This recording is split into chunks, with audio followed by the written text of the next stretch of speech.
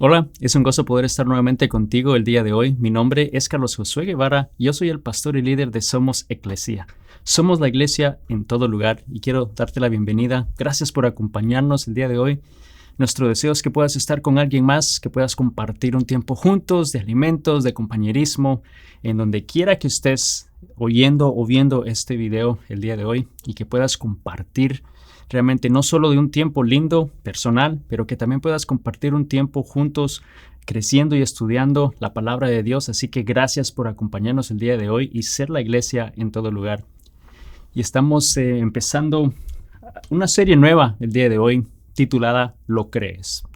Yo no sé si muchas veces tú has tenido esta pregunta en tu mente en la cual tú dices, sí, yo creo que Dios realmente va a actuar, ¿no? Y dejo un espacio en blanco ahí. Sí, yo creo que Dios realmente obrará en mi vida. O yo creo que Dios realmente proveerá en mi vida. O sanará a mi ser querido. O me guiará en esta decisión. Y aunque quizás lo piensas, es más allá de simplemente decir, sí, yo creo que Dios puede hacer eso o tiene poder. Pero es realmente internamente ¿creemos que Dios va a hacerlo? ¿Creemos en lo que Dios nos está diciendo en su palabra? ¿Crees realmente cuando Dios te está diciendo, da ese paso de fe? Deja ese empleo. Toma ese empleo. Deja este lugar. Ve a tal lugar. Quédate en este lugar. Quizá deja esa relación. O empieza una relación nueva. No sé, ¿realmente crees cuando sientes que Dios te está hablando claramente? Hay una historia de un hombre que estaba escalando una montaña alta y ya era tarde por la noche cuando él de repente se cae en un abismo y como él pudo, se agarró de una rama y se quedó colgado de esa rama, pero estaba tan oscuro que no podía ni ver sus pies. Él veía para abajo y era absolutamente oscuro. Veía para arriba, no podía ver ni siquiera la distancia en la que había caído. Estaba en completa oscuridad y desesperación. Y trató de subir, pero no podía subir. Entonces él, en su desesperación, grita, Dios, si tú estás allí, sálvame. Si estás allí, ayúdame. Y no sé si fue en su interior o si realmente escuchó una voz que le dijo, aquí estoy.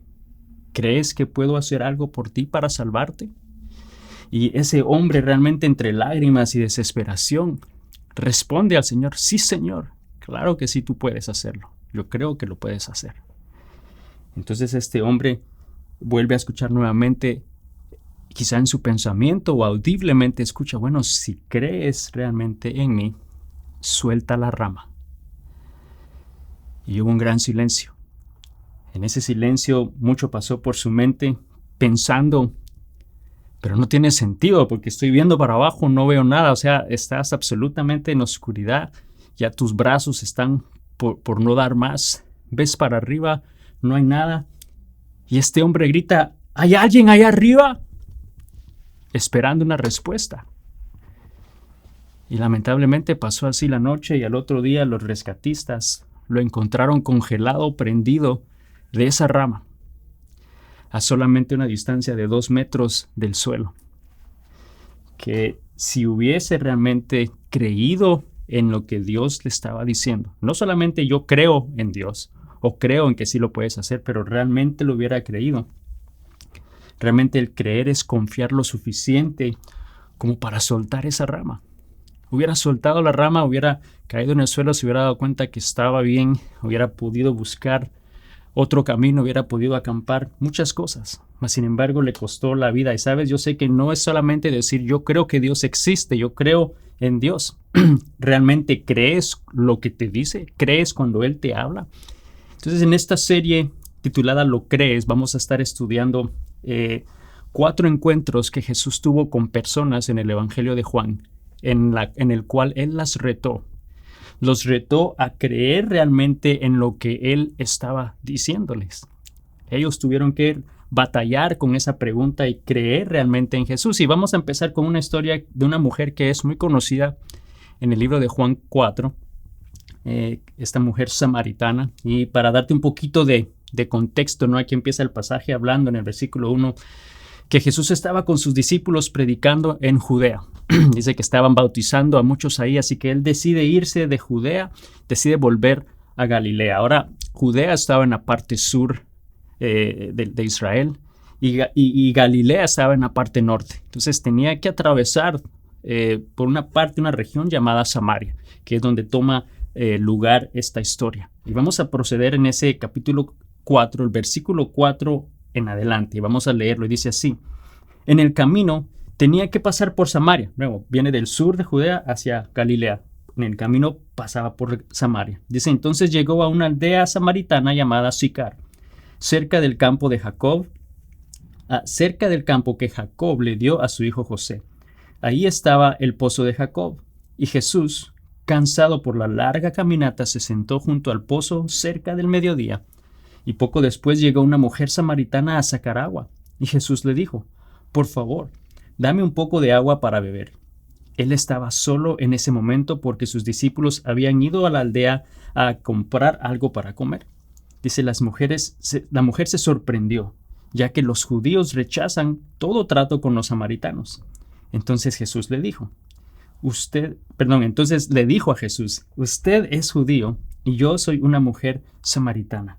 ¿Por qué me pide agua para beber? Y nos vamos a detener un momento ahí, porque hay mucho que podemos realmente ver que está sucediendo para ayudarnos a entender realmente la magnitud de lo que Jesús estaba a punto de hacer en la vida de esta mujer. Y quiero que podamos ver 5 cosas que Jesús hace al encontrarse con esta mujer. O sea, hay cosas que Jesús está ya premeditadamente haciendo para encontrarse con ella, al igual que lo hace en nuestra vida para encontrarse con nosotros y así retarnos a creer en Él y en lo que Él nos está diciendo.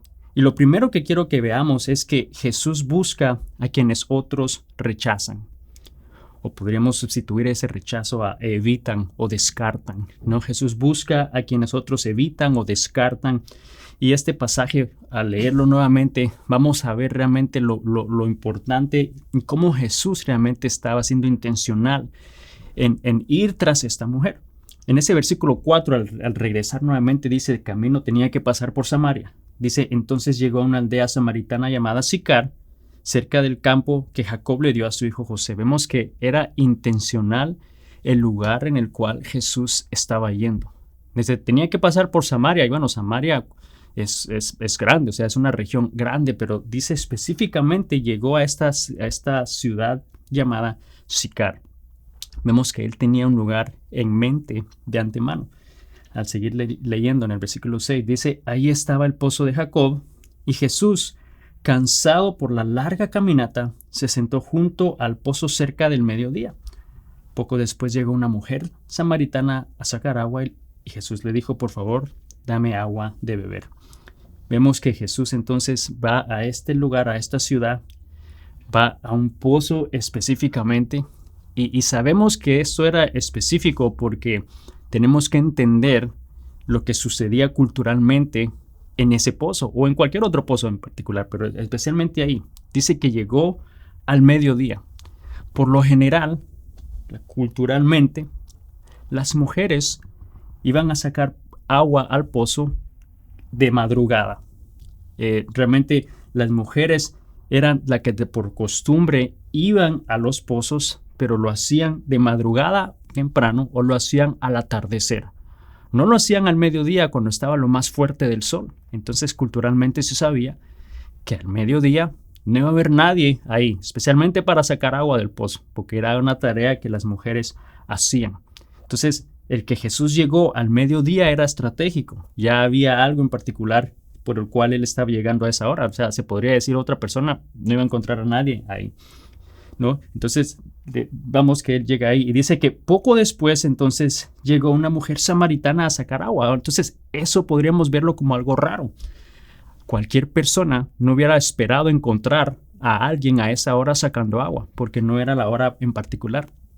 Y mucho menos una mujer sola, porque las mujeres por lo general iban en grupo. Era el momento para chismear, no chismear. Era un momento para hablar, ¿no? De lo que estaba sucediendo en la vida, de lo que estaba pasando alrededor en la ciudad. O sea, era un momento social como mujeres para poder compartir, sacar agua y regresar, convivían. Pero entonces el hecho de ir sola nos comunica algo. Quizás de alguna manera podía ser señalada o podría ser no bienvenida por otras mujeres. Quizás no era bien recibida, era evitada, ¿no? Entonces vemos que era marginada, estaba siendo rechazada y quizás también ella misma no quería hablar con otras mujeres sintiendo esa misma crítica en sus vidas. Entonces vemos que Jesús salir a esa hora, cuando no culturalmente no hay nadie, nos vemos que está rompiendo una barrera étnica, una barrera cultural, el llegar a esa hora. Pero no solo eso, él es un hombre que está hablando con una mujer y por lo general los hombres no se dirigían a las mujeres, se dirigían a los hombres, a los maridos de las esposas, ¿no? Entonces eran como vistas más bajo, ¿no? Entonces vemos que también aquí Jesús está rompiendo una barrera de género, ¿no? Está no teniendo importancia a eso, él está hablando con esta mujer. No solamente eso, pero él es un rabino que está hablando con una mujer considerada impura. Por algo la rechazaban, por algo la marginaban, por algo la criticaban, que obviamente religiosamente cualquier otro rabino, cualquier otro fariseo no iba a tener tratos con ella, mucho menos hablar con ella por eso mismo. Entonces vemos que Jesús está rompiendo una barrera religiosa. Y por otra parte, era una mujer samaritana. Aquí Jesús está rompiendo una barrera social, esa enemistad que había entre judíos y samaritanos. Entonces vemos que Jesús es sorprendente en la manera que él está hablando. Fue estratégico en el lugar al que él fue. Fue a un lugar buscando a una persona en particular y está rompiendo todo tipo de barreras para encontrarse con ella. Entonces vemos el versículo 9, continúa la historia. Dice, la mujer se sorprendió, ya que los judíos rechazan todo trato con los samaritanos. Entonces le dijo a Jesús, usted es judío y yo soy una mujer samaritana. ¿Por qué me pide agua para beber? Vemos que también ella se sorprende del hecho que él está ahí y que ha roto esas barreras que de alguna manera impedían que esa relación, que esa palabra, esa comunicación, ese trato surgiera. Especialmente esa rivalidad entre judíos y samaritanos, porque lo vimos al principio. Samaria era considerada era la capital del norte, pero estaba un poco más central, pero era igual considerada esa capital del norte, Judea, de la región del sur, de la tribu de Judá y de Benjamín, el linaje de David. Entonces ellos veían a los samaritanos como personas impuras, porque adoraban a otros dioses, se habían unido, se habían mezclado con otros grupos, con otras tribus paganas que adoraban a otros dioses, rendían cultos a otros dioses. Entonces, los judíos evitaban pasar por Samaria. Y si vemos en el mapa del sur al norte, tenían que pasar por Samaria, pero pasaban por la orilla, por todo el borde del río Jordán, porque el pasar por el medio sabían que iban a haber insultos mutuos, ¿no? Esa rivalidad entre dos grupos que se odian, que se detestan, ¿no? Y que mutuamente se insultan. Entonces, vemos que lo normal, lo lógico, todos pasaban por el río Jordán para cruzar y evitar Samaria, pero Jesús va directamente a Samaria, va directamente a esa ciudad, y ahí entonces él está rompiendo está rompiendo varias cosas, ¿no? Esta mujer, siendo samaritana, era culturalmente rechazada porque otras mujeres no hablaban con ella, era señalada, era marginada, era socialmente rechazada por los problemas entre judíos y samaritanos, que había enemistad, no había manera de tener relación, era religiosamente rechazada por ser considerada impura por el estilo de vida que ella llevaba.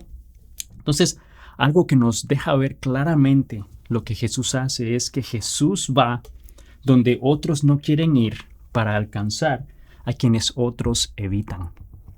Así es, Jesús va a donde otros no quieren ir para alcanzar a quienes otros evitan. Y al seguir estudiando este pasaje, conforme lo seguimos leyendo, nos damos cuenta qué es lo que Jesús hace. Él hace entonces lo que Él hace para retarnos a creer en Él y en lo que Él está diciendo. Entonces vemos que Jesús busca a quienes otros rechazan. Número 2, Jesús desea saciar nuestra sed más profunda. Jesús desea saciar nuestra sed más profunda. Al continuar la lectura en esos versículos 10 al 12, Él le dice a la mujer, si tú supieras quién soy yo, tú me estarías pidiendo agua, ¿no? En vez de él pedirle agua, de ver si ella hubiera sabido quién era Jesús, realmente le hubiera pedido agua a él. Y ella le dice, bueno, pero si tú no tienes ni cubeta, ni vaso, ni una cuerda larga, ¿cómo me vas a dar tu agua? ¿No? Y empieza a despertar cierto interés en la conversación con esta conversación. Jesús le hace ver que ella tenía sed, pero no una sed momentánea.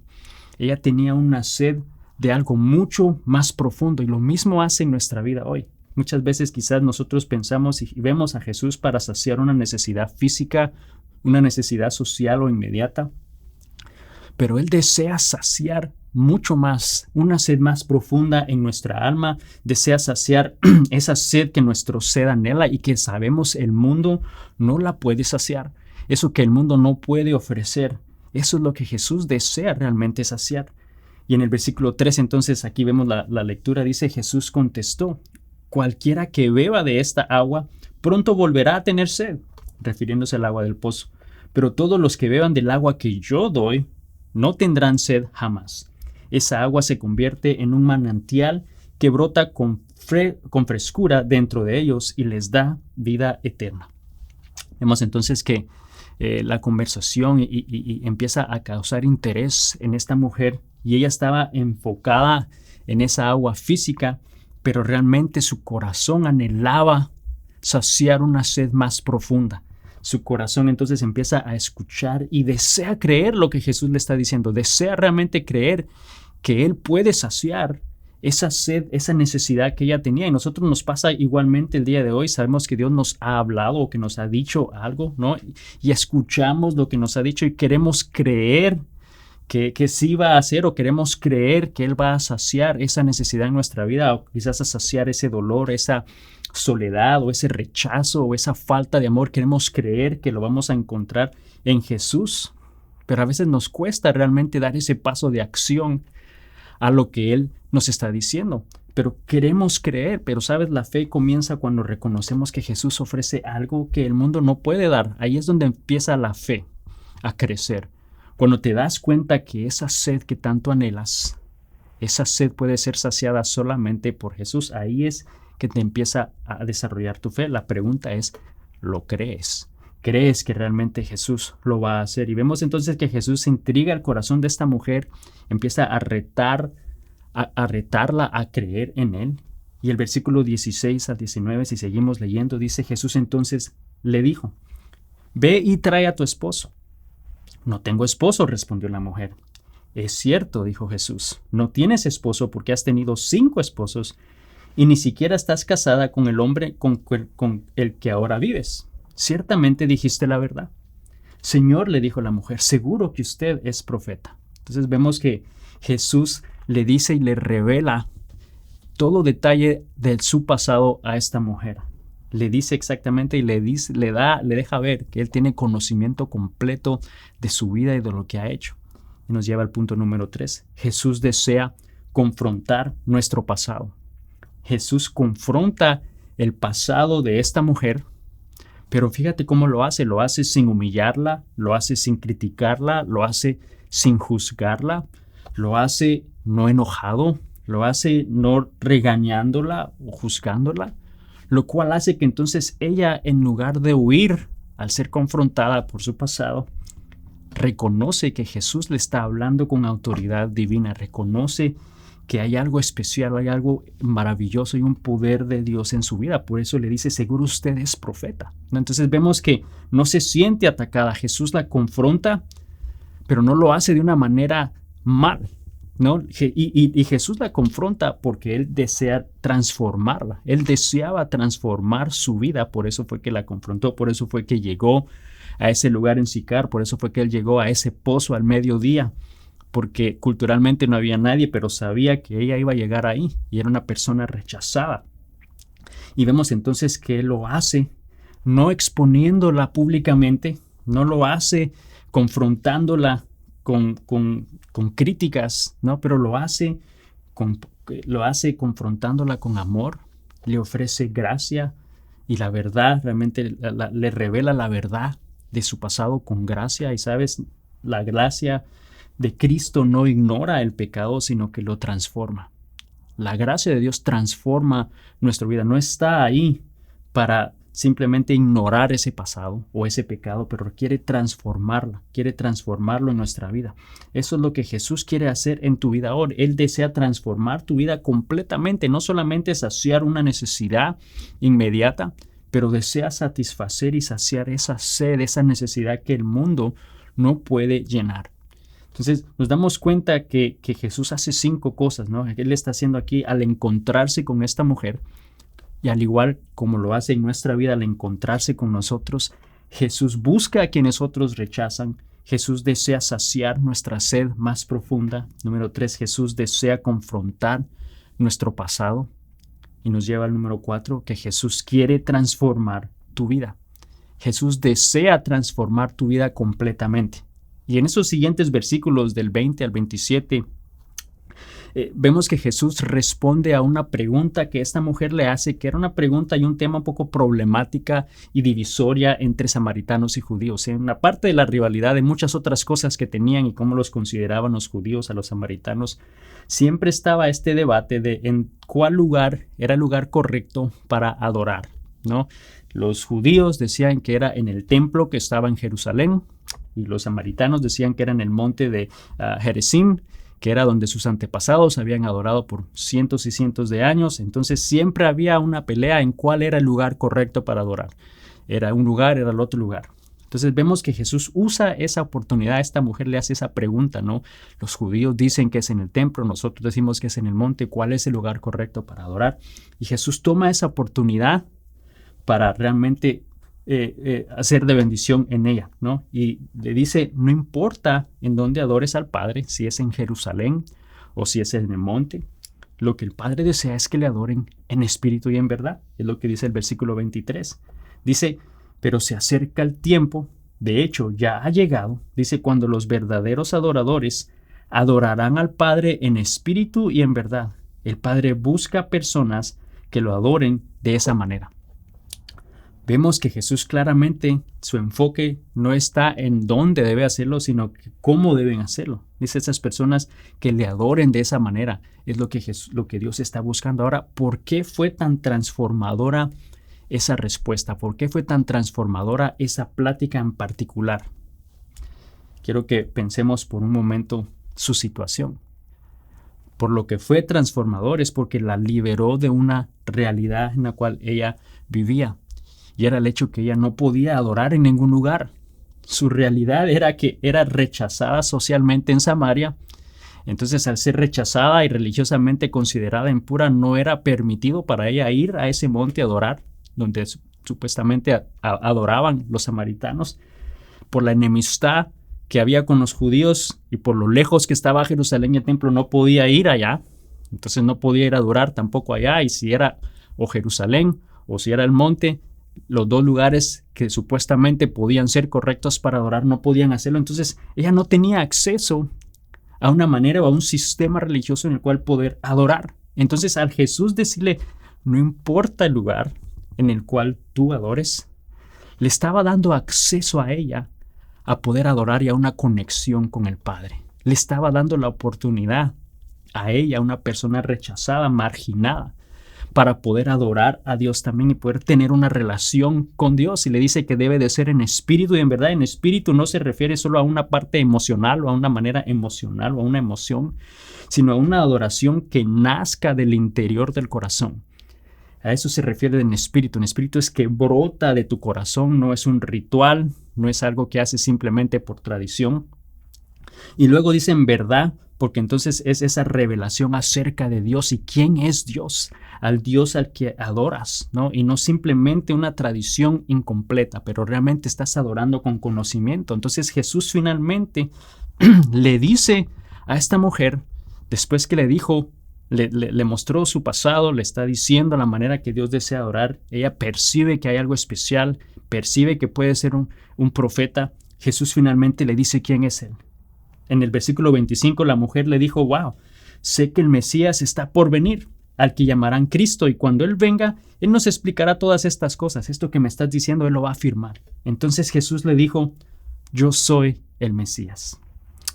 Y en ese momento yo creo que ella pasa entonces de un estado a otro. Ella pasa de un sistema de religiosidad por herencia, por tradición, pasa a un aspecto de una relación personal con Dios en la cual no importa el lugar, sino lo que importa es el corazón para conectar con Dios.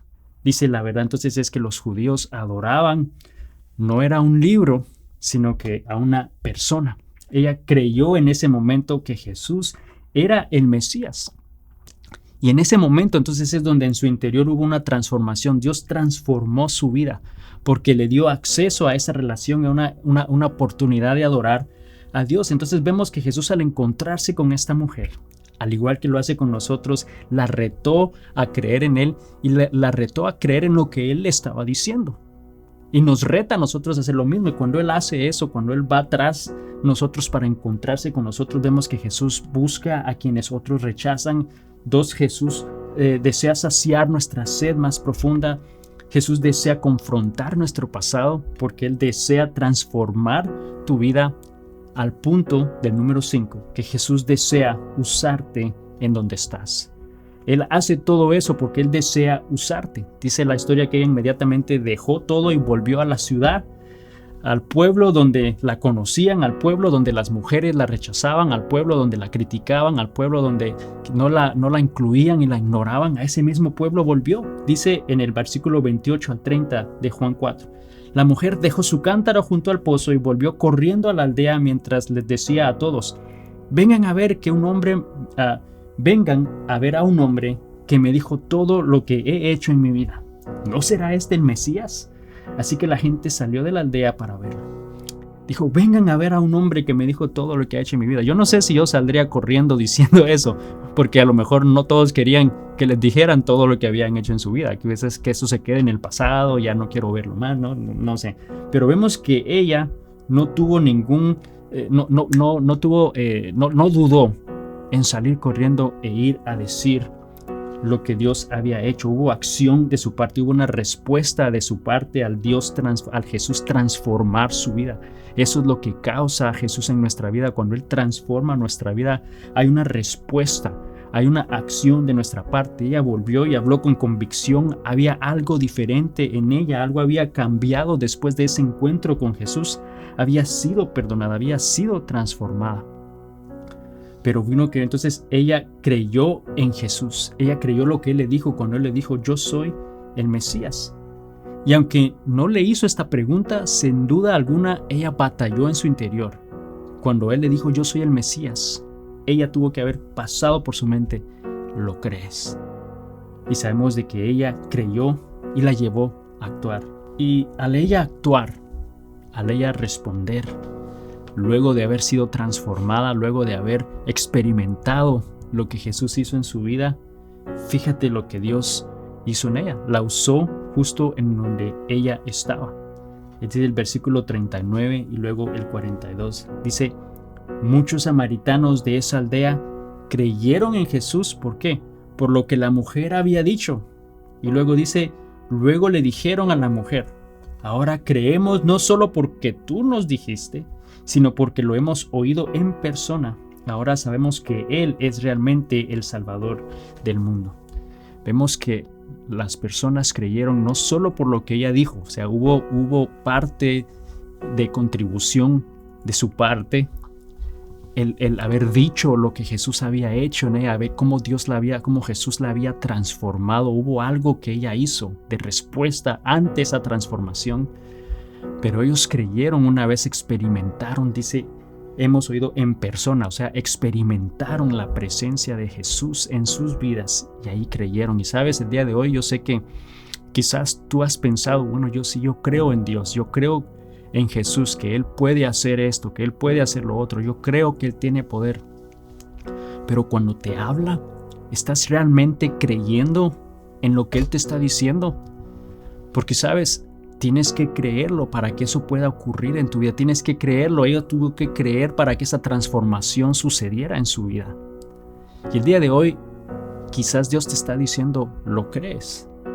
Eso a lo que yo te he estado llamando, eso que te he estado diciendo, eso que te he estado mostrando, ¿lo crees?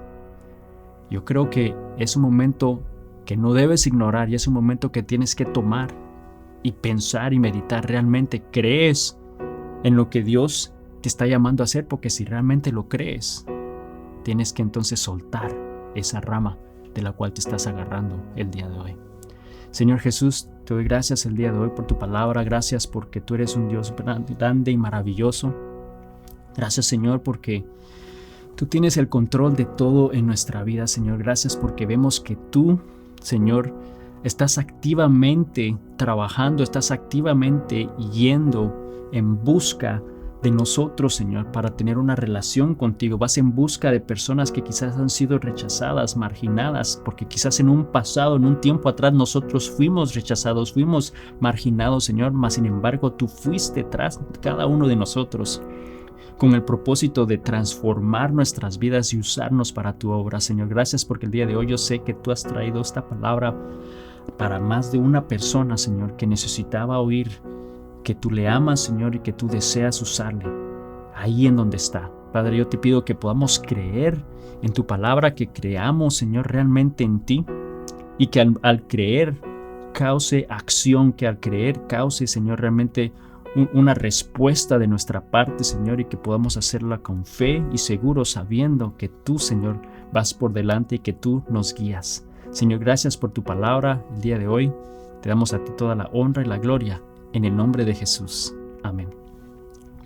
Y amigo, amiga, solamente quiero animarte a que realmente recuerdes que tu fe empieza cuando crees y reconoces que Jesús es el único que puede saciar esa sed que el mundo no puede saciar. Y el día de hoy yo sé que quizás vas a encontrar pruebas que el enemigo va a tratar de impedir que des ese paso, que sueltes la rama, pero recuerda que Él te está llamando, que Él te está guiando, que Él te está diciendo, ¿realmente lo crees? ¿Realmente confías en mí? Él nos sostiene en su mano, Él está a lo largo de nuestra vida en todo tiempo en la palma de su mano. Solamente nos está diciendo, hijo mío, confía en mí. Confiemos en Dios esta semana, que Dios te bendiga y nos vemos la próxima semana. Bendiciones.